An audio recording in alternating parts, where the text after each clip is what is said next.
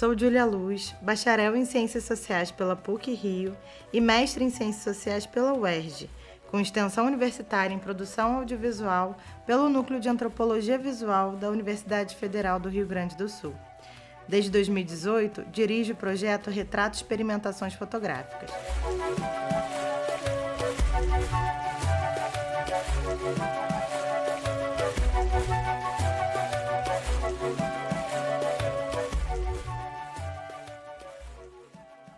Esta oficina online é voltada para fotógrafos, artistas visuais, pesquisadores da cultura visual e todos que desejam produzir imagens de caráter antropológico e documental. Destina-se especialmente para profissionais interessados em produzir imagens e reflexões de cunho cultural, político e social, por meio de trabalhos fotográficos que contribuam para uma reflexão e conscientização sobre temas como desigualdade, diversidade, grupos culturais e formas diversas de representação do outro.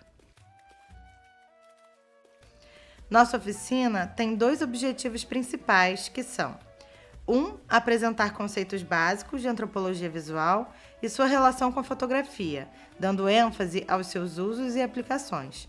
E 2. Estimular os participantes a produzirem imagens sob uma perspectiva antropológica, contribuindo para a ampliação de seus repertórios visuais e contato com novas possibilidades do fazer fotográfico. Para iniciarmos, vamos aprofundar o nosso entendimento sobre este campo de estudo e interseção entre antropologia e imagem, denominado como antropologia visual. A antropologia visual é um ramo da antropologia cultural, aplicada ao estudo e produção de imagens nas áreas de fotografia, do cinema ou, desde meados dos anos 1990, nas novas mídias sonoras e visuais utilizadas em etnografia. Neste sentido, a antropologia visual aborda o estudo da representação visual no ritual, no espetáculo, no museu, na arte e na produção ou recepção dos meios de comunicação de massa. Tem por intuito refletir sobre o modo pelo qual os diversos sujeitos e suas culturas se representam e são representados imageticamente.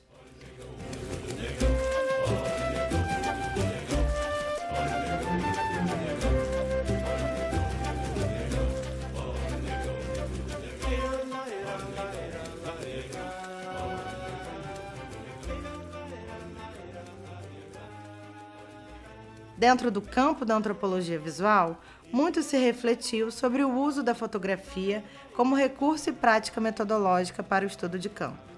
Dentre as diferentes modalidades que emergiram, ressalta a nós, interessados no fazer fotográfico, o conceito de fotoetnografia. A fotoetnografia é o registro e produção de práticas culturais captadas por um antropólogo ou por fotógrafos com interesse em produzir imagens com apropriação etnográfica.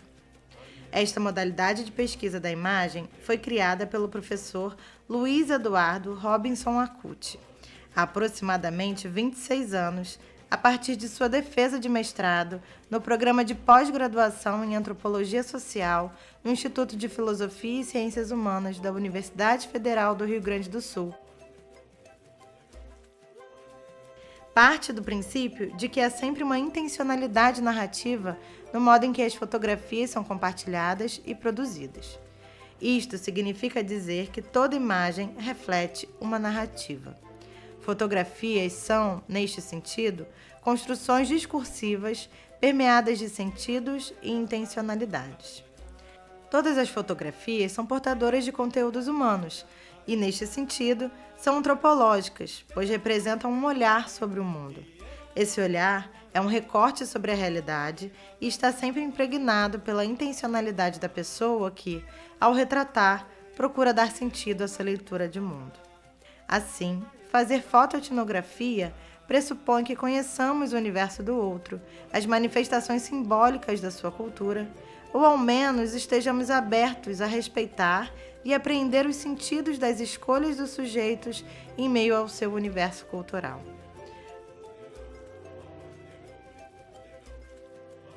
Segundo Acuti, fotoetnografia é todo o trabalho etnográfico realizado a partir de fotografias. Uma narrativa fotoetnográfica deve mostrar uma série de fotos com relação entre si e que façam parte de uma sequência de informações visuais. Essas fotos, para Kutti, devem ser apresentadas sem texto intercalado, a fim de não desviar a atenção do leitor. De acordo com o autor, a eficácia da fotografia para capturar imagens e difundi-las está relacionada à capacidade de cada pesquisador de ver as coisas que o cercam, suas habilidades e o domínio da técnica.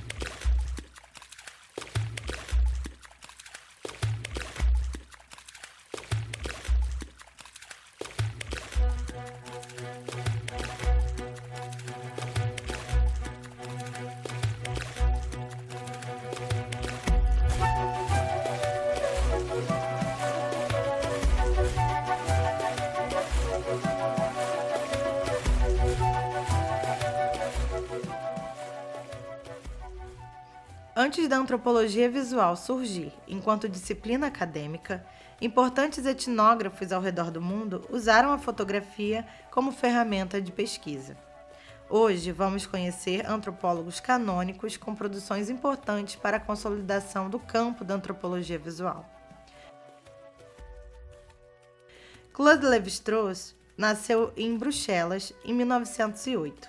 Completou seus estudos escolares em Paris, onde formou-se em Direito e Filosofia, para depois assumir o cargo de professor de filosofia em um liceu francês aos 24 anos. Foi convidado para lecionar Sociologia no Brasil junto a outros intelectuais que viriam a fundar a Universidade de São Paulo, em 1934. Aceitou o convite com a prerrogativa de realizar trabalho de campo entre os povos indígenas brasileiros. Para tanto, planejou algumas viagens exploratórias pelo interior do Brasil. A primeira ocorreu entre os anos de 1935 e 1936, quando visitou as comunidades Caduel e Bororo.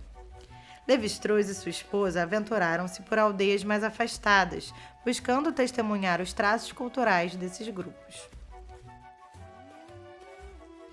Junto à sua esposa, Dinah Dreyfus, Lévi-Strauss registrou mais de 3.000 imagens ao longo das expedições, muitas das quais publicadas principalmente em Saudades do Brasil, publicado pela Companhia das Letras em 1994, um livro fotográfico que registra não apenas a expedição às aldeias indígenas, mas também cenas do interior do Brasil, em São Paulo e Salvador.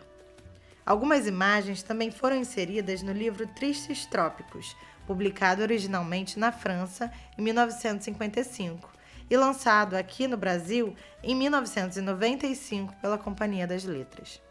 Trata-se de um relato literário sobre sua experiência no Brasil, tanto entre os índios como em outras regiões do país. As imagens apresentadas nessas obras estão sob a guarda do Musée du Quai Branly, na França.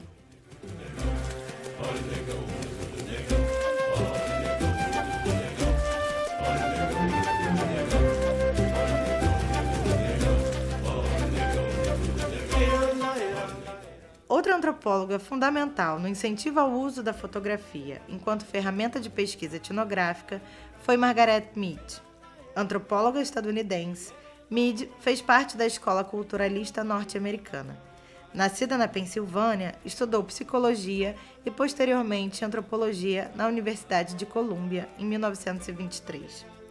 Dedicou seus estudos ao desenvolvimento de teorias sobre as relações entre cultura e personalidade, a socialização de crianças, a sexualidade, aos papéis diferenciais de gênero e as conexões entre cultura coletiva e personalidade individual.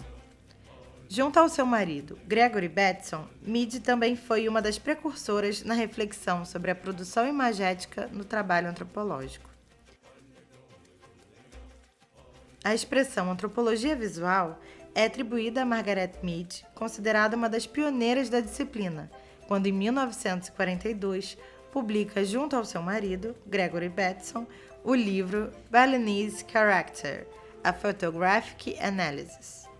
Este livro representou uma mudança de postura na discussão metodológica e heurística sobre o papel dos diversos suportes comunicacionais, a fala, a escrita e a visualidade, no trabalho etnográfico, tornando-se uma virada de chave no entendimento do uso da imagem e demais recursos para a construção representativa e enunciativa dos povos e suas culturas.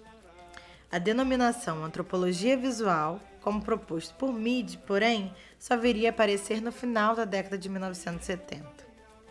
Em um manifesto denominado Visual Anthropology in a Discipline of Words, Mead fala sobre a importância dos bancos de imagem para a preservação da memória de povos em extinção, a serem utilizados como forma de resgate destas culturas para gerações futuras. A imagem vista como contribuição fundamental do conhecimento da história da humanidade e das potencialidades humanas.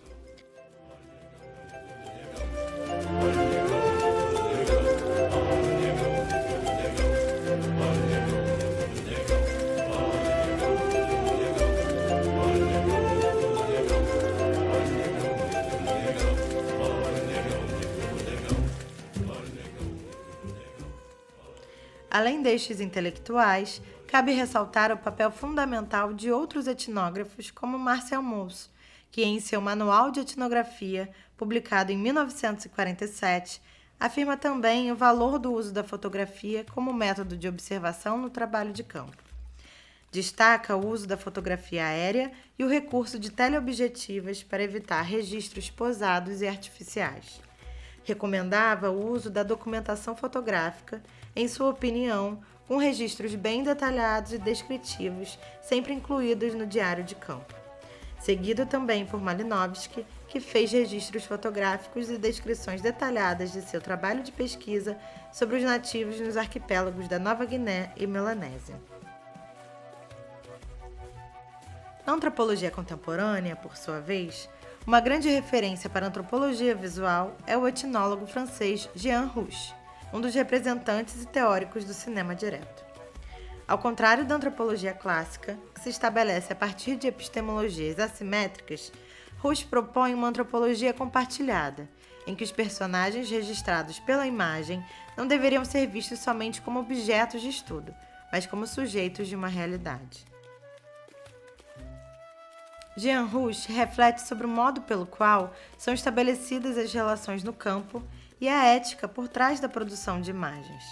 A partir de um viés contracolonial que reconhece as relações de poder envolvidas, buscou novas formas de representação e enunciação do outro. Como cineasta e etnólogo, Rouch explorou o documentário puro e a docuficção, criando um novo subgênero no campo da antropologia visual, denominado etnoficção. Esta modalidade refere-se especificamente a uma docuficção etnográfica, isto é, uma mistura de documentário e de ficção na área da antropologia visual. Trata da criação de um filme, cujas personagens, sujeitos representados imageticamente, recorrendo a uma narrativa ficcionada ou a pura imaginação, muitas vezes improvisando, desempenham o seu próprio papel como membros de um grupo étnico ou social. As reflexões propostas por Jean Rouch para pensar o registro documental fílmico também cabe a nós, criadores de registros fotográficos na contemporaneidade. Uma vez que a foto é também um recorte, um olhar, construído a partir da relação entre os sujeitos do conhecimento.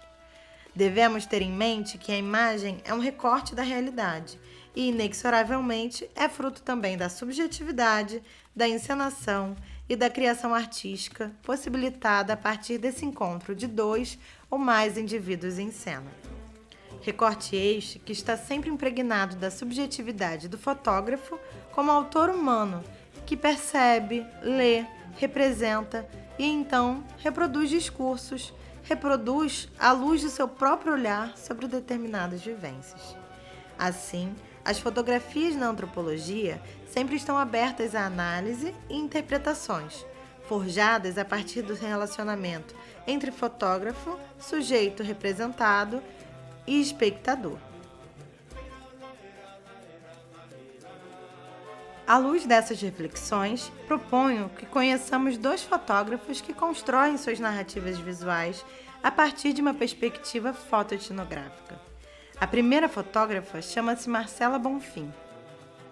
Nascida em Jaú, no interior de São Paulo, Marcela mudou-se para Porto Velho, capital de Rondônia, onde teve seu contato com a fotografia pela primeira vez.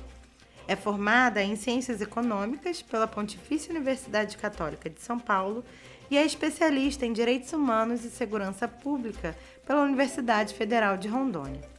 Começou a fotografar a partir de 2012 em Rondônia, registrando homens, mulheres, crianças, jovens e velhos negros e negras na Amazônia, em comunidades quilombolas, em terreiros de candomblé, festejos religiosos, penitenciárias e no cotidiano de sua cidade, segundo o site do Prêmio Pipa. A série Amazônia Negra, criação de Marcela Bonfim, captura o povo negro e seus costumes no âmbito da região amazônica, ampliando nosso referencial sobre esses corpos e o território. Marcela desenvolve o seu olhar fotoetnográfico a partir de sua própria trajetória como mulher negra. Já participou de exposições em diversas cidades brasileiras com a série Amazônia Negra. Nas palavras da fotógrafa, encontrar uma Amazônia da cor de minha pele, diferente do que eu imaginava, me permitiu acessar lugares que nunca pensei existir. Foi a partir de sua vivência como moradora de Porto Velho, sua cidade, que Marcela pôde reconhecer as diversas formas de invisibilidade cultivadas no imaginário coletivo brasileiro sobre a Amazônia e seus habitantes. Para além do corpo indígena, Bonfim identifica a intensa invisibilidade do corpo negro vivente nesse território.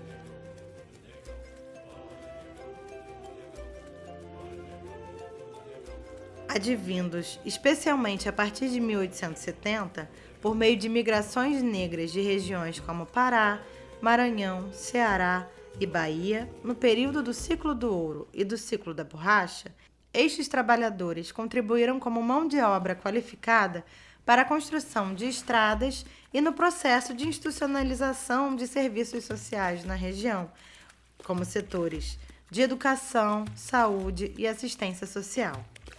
A pesquisa de Marcela parte do seu próprio cotidiano e vivência como mulher negra para acessar as histórias das inúmeras populações negras na Amazônia, expressando assim a urgência de se ressignificar a história do negro na Amazônia e, mais amplamente, no Brasil, cujas contribuições e influências culturais, políticas e sociais são imensas, porém não reconhecidas. Seu ensaio, portanto, parte do cotidiano para pensar o racismo estrutural brasileiro, enaltecendo o corpo negro e as raízes africanas que constituem a história de nosso país.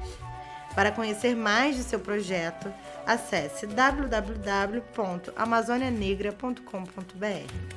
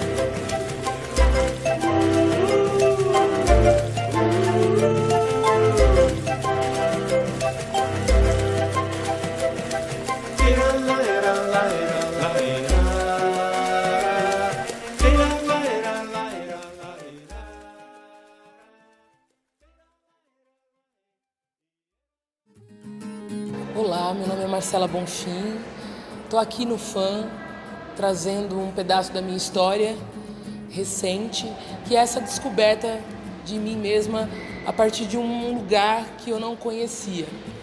Eu cheguei em Rondônia em 2010 para buscar o primeiro emprego, com o objetivo de me estabelecer materialmente. E foi a partir dali que eu descobri um novo caminho de me manter. Ao chegar em Porto Velho e ser identificada como uma barbadiana, como uma Johnson. E isso me levantou uma curiosidade muito grande sobre o que é ser Johnson, Shockness, Maloney dentro da Amazônia. E eu descobri, as famílias tradicionais negras. Esse conjunto de barbadianos que na verdade é uma diáspora muito grande que veio do Caribe. E a partir daí eu comecei a me interessar, inclusive pela história daquela localidade. E descobri que aquela terra, ela tinha muitos aspectos da negritude. A cor da pele fere. Foi uma geografia que me ensinou a chegar à minha própria cor, até mesmo pela cultura que ali existe. Então dali eu comecei a despertar por esse fluxo da imagem, Ou seja, uma imagem minha mesmo, que eu não me despertava muito interesse, até mesmo por nossa história ser muito deteriorada, a nossa história ser muito fragmentada, e eu comecei a juntar nesse plano da imagem. Comprei uma câmera fotográfica, que acabou servindo como uma muleta e me levando a muitas histórias que eu necessitava ouvir, até mesmo para encontrar a minha própria história. E hoje estar aqui é uma forma também de falar um pouco desse processo de ancestralidade. Essas imagens, eu tenho toda a certeza que esse acesso à imagem foi a partir desse processo de acessar essa memória ancestral. Porque quando você escuta uma história, por exemplo, da dona Nicásia, da dona Tomásia, Dudu, do Bubu Johnson, da dona Úrsula Maloney, de todas essas figuras aqui para mim que correspondem a essa ancestralidade, são entidades que me levaram à minha própria cor. A gente se fortalece e dali a gente pode tudo, como a gente sabe que pode. Ilhados. Agora esse caminho de volta para casa ele exige isso, porque o que a gente mais quer é saber de onde eu vim. Eu acho que isso é um direito que o Brasil nos tirou, mas a gente mesmo está fazendo questão de nos presentear e como um direito mesmo. Isso não tem nada a ver com meritocracia, não. Tem a ver com direitos. E hoje exercer esse direito significa buscar esse Atlântico que existe em nós. Axé.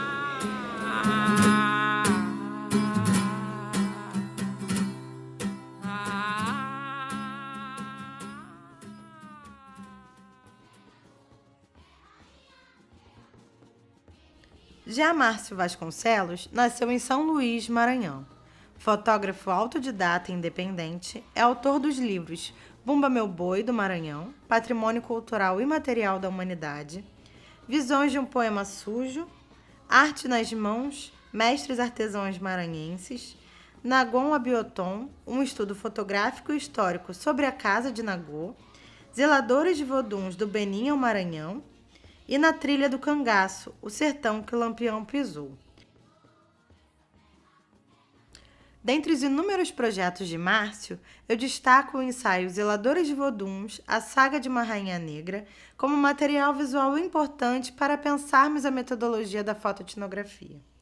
Este ensaio narra a saga de Nan Agotimé, rainha africana do Benim, acusada de feitiçaria, que, vendida como escrava, aportou ao Brasil colonial em Itaparica, Bahia, e em uma trajetória de resgate de seu povo e sua cultura, conhecidos como Negros Minas, localizados em São Luís do Maranhão, tornou-se fundadora da Casa das Minas em meados do século XIX.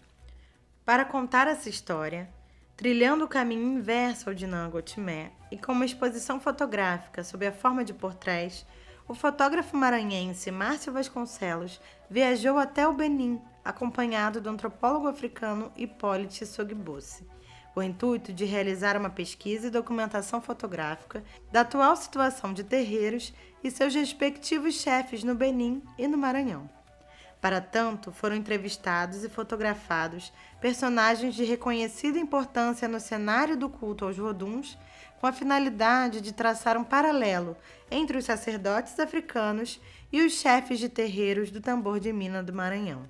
O projeto Zeladores de Voduns foi aprovado no edital de apoio à produção cultural, em 2008, da Secretaria de Estado da Cultura do Maranhão, e conquistou o primeiro Prêmio Nacional de Expressões Culturais Afro-Brasileiras, promovido pelo Centro de Apoio ao Desenvolvimento Oswaldo dos Santos Neves e pela Fundação Cultural Palmares. Contou também com patrocínio da Petrobras. Para conhecer mais deste e de outros projetos e ensaios visuais de Márcio Vasconcelos, acesse www.marciovasconcelos.com.br.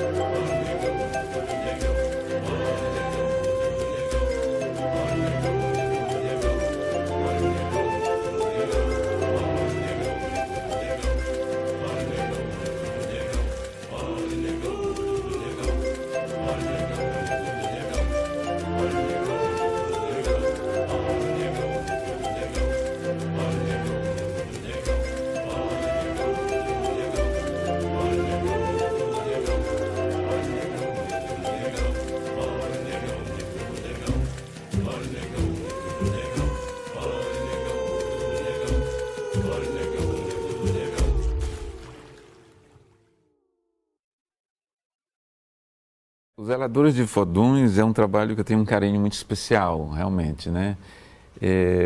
Depois de muito tempo frequentando os terreiros de tambor de Minas no Maranhão, não só em São Luís, mas como em várias cidades no Maranhão, em cada lugar que a gente vai, a gente vê que é uma riqueza que está ali escondida, que o Brasil não conhece, né? Então, com esse envolvimento com esses senhores, com essas senhoras, com esses pais e mães de santos,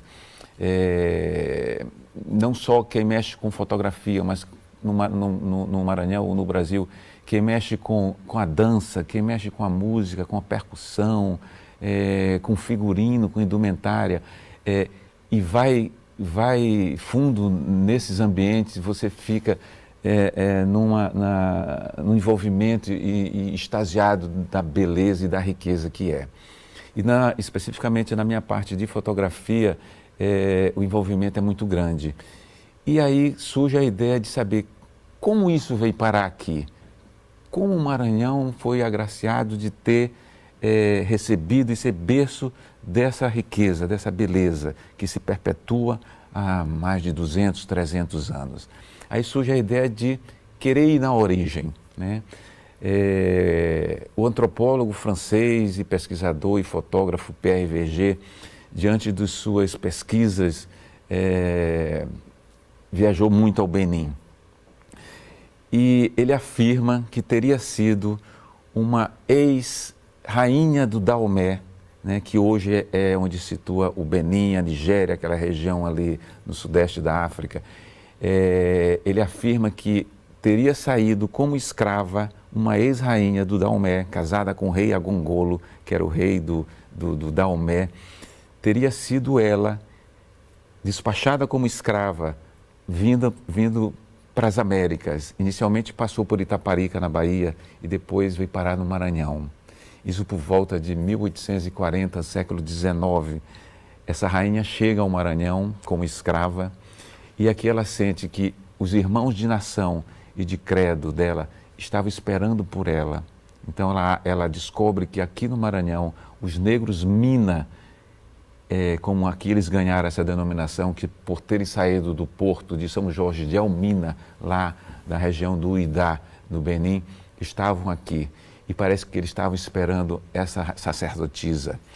E realmente isso aconteceu. Então, por volta de 1840, essa rainha, hoje escrava, Nã Agotimê, funda a Casa das Minas, que é o terreiro de tambor de Minas mais antigo do Brasil. Então, baseado nisso, nessa afirmação de Pierre Verger, eu disse, poxa, então eu tenho que ir lá nesse lugar, eu tenho que ir no porto, visitar essa cidade, visitar esse lugar de onde essa rainha saiu. É como se fosse o caminho inverso dela, né? Então eu fui, também aprovado, um trabalho aprovado numa lei estadual na época. A gente recebe uma verba para produzir aquele trabalho.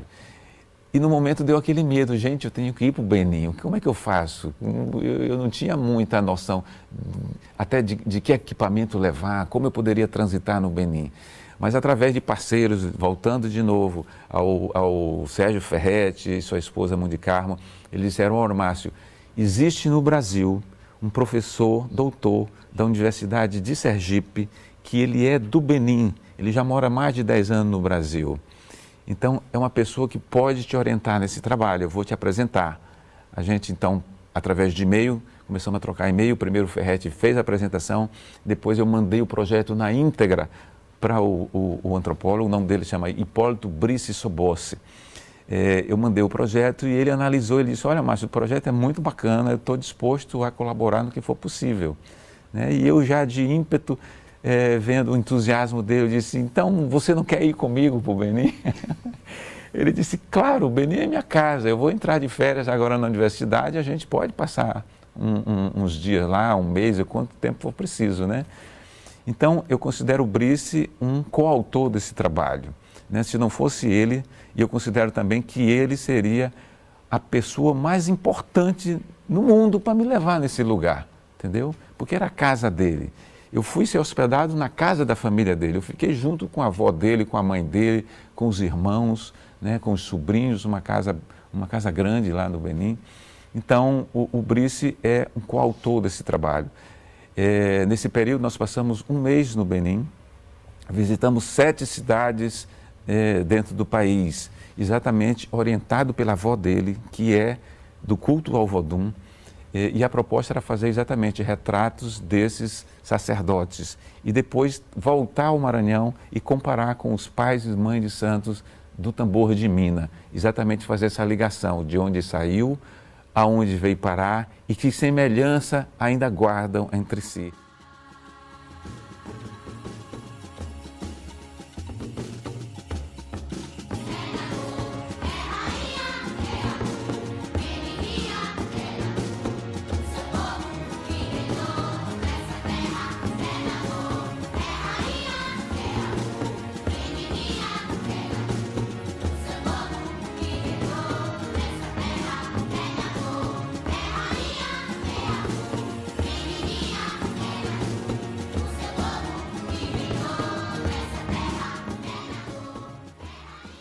Depois de nos inspirarmos nas imagens de Marcela Bonfim e Márcio Vasconcelos, propõe um exercício criativo.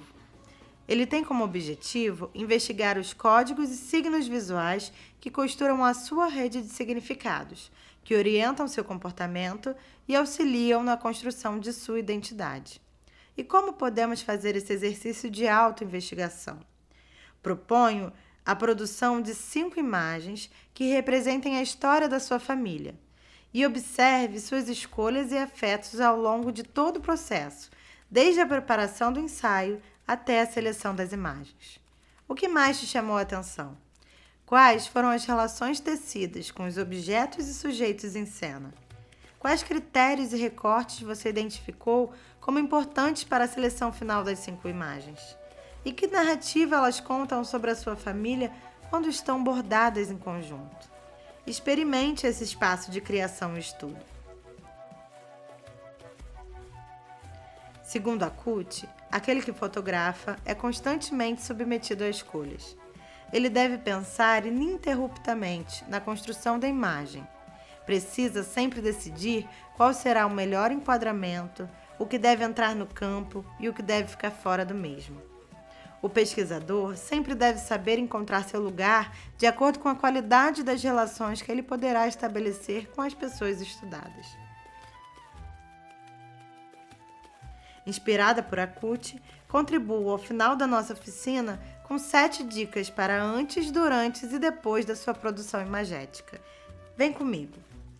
Dica número 1. Prepare-se para o campo. Pesquise, busque referências teóricas, identifique possíveis parceiros de pesquisa no campo e estabeleça novos contatos. Dica número 2. Ao chegar no campo, permita-se ser afetado por ele. Observe, participe e se coloque imerso e presente, criando laços reais e de respeito no e com o território. Dica número 3. Apresente-se e compartilhe com clareza e ética as suas intencionalidades, pactuando acordo, identificando possíveis parcerias de colaboração e formas de engajamento com as demandas e pautas locais. O conhecimento e a arte sem engajamento político não fazem sentido. Dica número 4. Ao iniciar a produção das imagens, pense como deseja narrar a cena que está sob os seus olhos. Faça escolhas técnicas e conceituais que dialoguem com seu campo de atuação. Aqui, as escolhas de enquadramento, uso de lentes, luz e contraste também fazem parte da narrativa. Dica número 5. Com as imagens em mãos, retorne ao campo e construa, troque com os sujeitos retratados os seus significados. Movimento que traz maior riqueza às imagens produzidas, pois amplia os diferentes olhares sobre as imagens e os seus símbolos.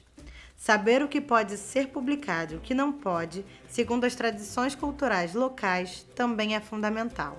Reconhecimento e ética no fazer fotográfico devem balizar a sua atuação. Dica número 6. Definidas as imagens e seus signos, valores e subjetividades em jogo, o exercício agora é construir e bordar os sentidos e narrativas entre imagens, que reflitam o modo pelo qual o seu olhar será representado. Aqui, cabe pensar também no terceiro sujeito em cena, que é o espectador. A criação de sentido é sempre o resultado desses 3 olhares em conjunto. Dica número 7. Por fim, crie o seu ensaio fotográfico a partir de sequências visuais que contêm histórias, afetos e significados e que contribuam para o reconhecimento social dos sujeitos em cenas. Busque espaços de compartilhamento e troca de conhecimento sempre. Agradeço demais pela participação de vocês nessa oficina. Espero que esse espaço de reflexão introdutória sobre fotoetnografia ajude a todas, todes e todos nas suas pesquisas e produções imagéticas. Por fim, deixo o meu e-mail para que possam compartilhar comigo dúvidas, sugestões, os seus exercícios e reflexões. Grande abraço e até a próxima!